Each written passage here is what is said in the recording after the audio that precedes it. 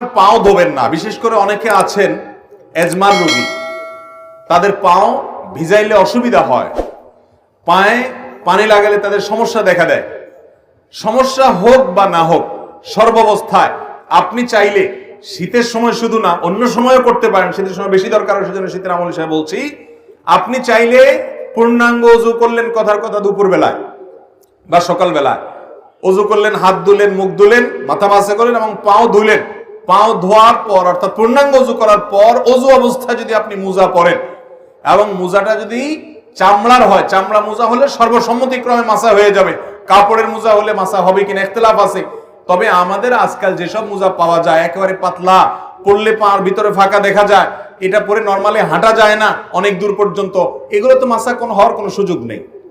তো যাই হোক, আপনি যদি ওযু করার পর এরকম মোজা পরেন তাহলে সেক্ষেত্রে সেই মোজা পরা অবস্থায় আপনার বাড়িতে অবস্থান থাকাকালীন করলে 24 ঘন্টার মধ্যে ওই মোজা খোলা ছাড়া আপনি ওযু করতে পারবেন। কিভাবে?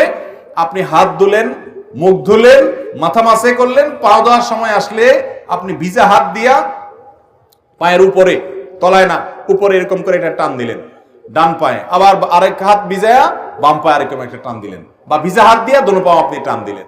তো এইভাবে মাসাহ করার মাধ্যমে পাও ধোয়ার কাজ হয়ে যায়।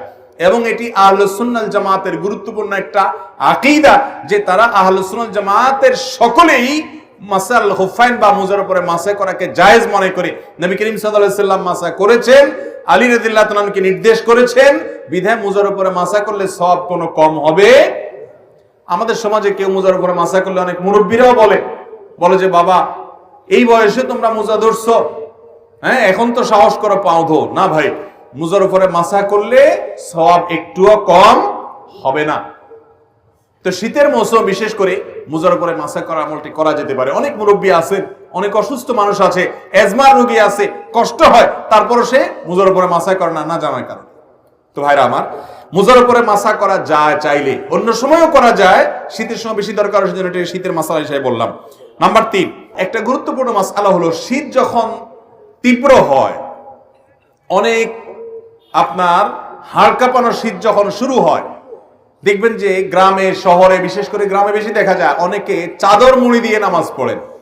অর্থাৎ এমন ভাবে চাদর পরেন যে নাকটা সহকারে ঢাকেন, যাতে করে নাক দিয়া ওই যে আপনার কুয়াশা টুয়াশা না ঢুকতে পারে, যাতে করে শীতে চেহারাটা কষ্ট না হয়, না পায়। সেজন্য পুরো চেহারা ঢেকে শুধু চোখ দুটো খোলা রেখে অনেকে চাদর পরেন।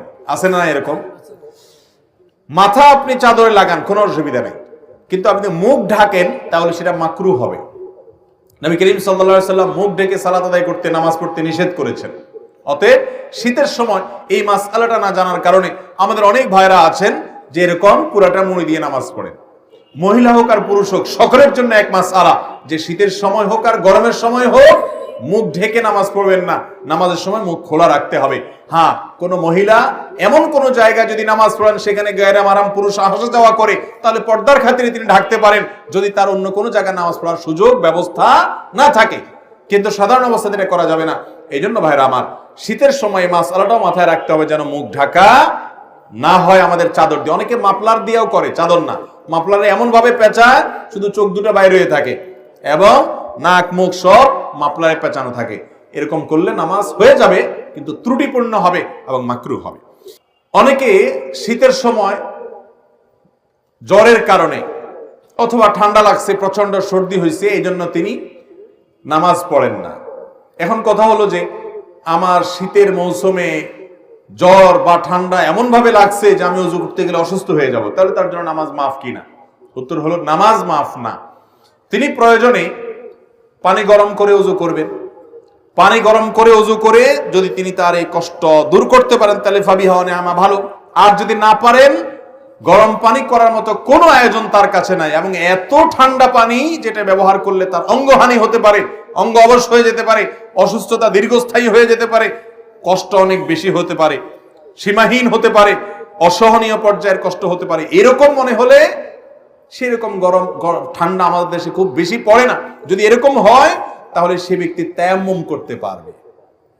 তারপরেও নামাজ ত্যাগ করার সুযোগ। ইসলামের সবকিছুর বিকল্প আছে, নামাজের কোনো বিকল্প ইসলামে। আপনি সফরে আছেন, রমজানের রোজা রাখতে পারছেন না, অসুস্থ হয়েছেন রোজা রাখতে পারছেন না, অসুবিধা নেই, অন্য সময় রেখে দিলে চলবে। নামাজের মধ্যে এটা চলবে? অসুস্থ আছেন আপনি, নামাজ অন্য সময় পড়লে হবে না, ওই অবস্থাতেই পড়তে হবে। দাঁড়ায় না পারলে বসে পড়বেন, বসে না পারলে শুয়ে পড়বেন। আপনি নামাজ হাত নাড়াতে পারছেন না, ইশারা করে পড়বেন, কিন্তু আপনাকে পড়তে হবে। মোহতারাম হাজিরিন, সেই নামাজ আমরা অনেকে পড়ি না, অনেকে অবহেলা করি। ইসলামের নামাজের চাইতে গুরুত্বপূর্ণ কোনো আমল আর নাই। আপনি অন্য কোনো আমল করেন বা না করেন, নামাজ না পড়ার কোনো সুযোগ নাই। আল্লাহ তাআলা আমাদেরকে বুঝার তৌফিক দান করুন। তাহলে ভাইরা আমার, শীতের সময় জ্বর, ঠান্ডা, সর্দি যাই হোক না কেন, নামাজ ত্যাগ করা যাবে না, ওযু ত্যাগ করা যাবে না। প্রয়োজনে গরম পানি দিয়ে করবেন, প্রয়োজনে গরম পানির কোনো অ্যারেঞ্জমেন্ট না থাকলে আপনি তায়াম্মুম করবেন। গরম পানির কোনো ব্যবস্থা নাই, এটা জেলখানায় হতে পারে, বাসা বাড়িতে সবাই আশেপাশে চুলা আছে, চাইলেই গরম পানির ব্যবস্থা করা যায়। ফ্লাস্কে রেখে আপনি ওযু করতে পারেন আগের রাতে এশার সময়। 5 নম্বর মাসআলা হলো, অনেকে জানতে চান শীতের সময় যে এই যে শীত বস্ত্র দানের কথা একটু আগে আমরা বললাম, শীতের সময়ের একটা গুরুত্বপূর্ণ কাজ হলো শীতার্ত মানুষের শীত বস্ত্রের ব্যবস্থা করা। এখন প্রশ্ন হলো, যাকাতের টাকা দিয়ে শীত বস্ত্র দেওয়া যাবে কিনা? তো এর উত্তর হলো, যাকাতের টাকায় শীত বস্ত্র দেওয়া যাবে ওই ব্যক্তিকে যে ব্যক্তি যাকাতের হকদার, তার শীত বস্ত্র কেনার টাকা নাই, তখন আপনি তাকে শীতের কাপড় কিনে দিলেন, যাকাতের টাকা থেকে এটা জায়েজ আছে। কিন্তু আমরা সুন্নাহ ফাউন্ডেশন থেকে বা আরো বিভিন্ন সামাজিক সংগঠনগুলো যে শীতবস্ত্র বিতরণের উদ্যোগ নিয়ে থাকে, সেখানে যাকাতের টাকা আপনারা দিবেন না।